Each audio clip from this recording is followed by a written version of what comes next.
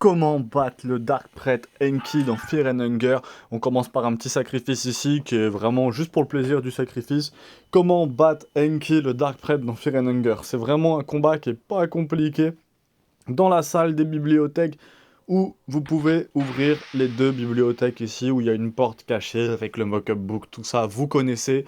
Il y a Enki qui est posé à cet endroit-là, donc qui est encore le Dark Prêtre dans notre histoire, c'est pas encore Enki. Et en lui parlant, on peut lui demander ce qu'il fait là, il est pas très bavard. On peut aussi lui dire qui es-tu? Et là il nous apprend que c'est Enki, nous demande si ça nourrit notre curiosité. Et on va pouvoir lancer un combat.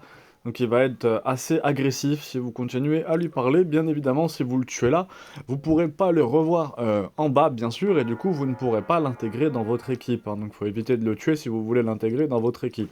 Si vous préférez le tuer, et bah tout simplement, vous allez voir que c'est un combat qui est pas très dur. Je vous conseille d'abord de commencer par taper quand même un bras gauche ou bras droit, ou la tête si vous souhaitez le one shot, mais si vous attaquez pas en premier, voilà ce qu'il va me faire. Non seulement il regagne sa vie, il me balance tous ces vers qui vont m'infecter, et il va faire énormément de dommages dès le premier tour.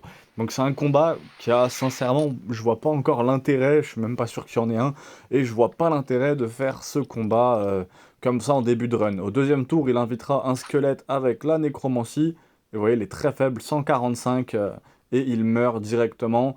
On va ramasser les objets qu'il a sur lui. À part si vous souhaitez récupérer un des objets qu'il a sur lui, pour moi le combat est pas plus utile que ça. Abonnez-vous, pouce bleu, une vidéo tous les jours sur Fear and Hunger.